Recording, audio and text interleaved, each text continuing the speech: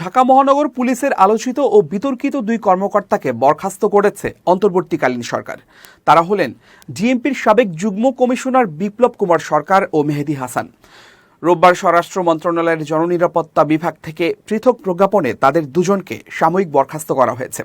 স্বরাষ্ট্র মন্ত্রণালয়ের সিনিয়র সচিব নাসিমুল গনি স্বাক্ষরিত এক অফিস আদেশে বলা হয়, গত 6 আগস্ট থেকে ডিএমপির দক্ষিণ বিভাগের যুগ্ম কমিশনার বিপ্লব কুমার সরকার কর্মস্থলে অনুপস্থিত রয়েছেন। বিষয়টি যথাযথ কর্তৃপক্ষকে মৌখিক বা লিখিতভাবে অবহিত করেননি।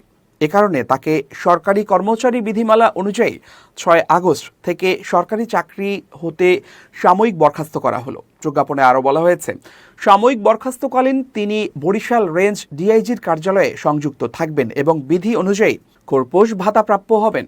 জনস্বার্থে এই আদেশ জারি করা হলো। আরেক প্রজ্ঞাপনে বলা হয়েছে, গত 6 আগস্ট থেকে ডিএমপির দক্ষিণ বিভাগের যুগ্ম কমিশনার এস.এম. মেহেদী হাসান কর্মস্থলে অনুপস্থিত রয়েছেন। বিষয়টি যথাযথ কর্তৃপক্ষকে মৌখিক বা লিখিতভাবে অবহিত করেননি। এ কারণে তাকে সরকারি কর্মচারী শৃঙ্খলা ও আপিল বিধিমালা অনুযায়ী 6 আগস্ট থেকে সরকারি চাকরি থেকে সাময়িক বরখাস্ত করা হলো। প্রজ্ঞাপনে আরও বলা হয়েছে, সাময়িক বরখাস্তকালীন তিনি সিলেট রেঞ্জ ডিআইজির কার্যালয়ে সংযুক্ত থাকবেন এবং বিধি অনুযায়ী খোরপোশ ভাতা প্রাপ্য হবেন। জনস্বার্থে এই আদেশ জারি করা হলো। আওয়ামী লীগের আস্থাভাজন ও ঘনিষ্ঠ পুলিশের আলোচিত এই দুই কর্মকর্তা দীর্ঘদিন ডিএমপিতে কর্মরত ছিলেন। অল্প সময়ের জন্য ঢাকার বাইরে গেলেও তাদের আবার পদায়ন করা হয় ডিএমপিতে।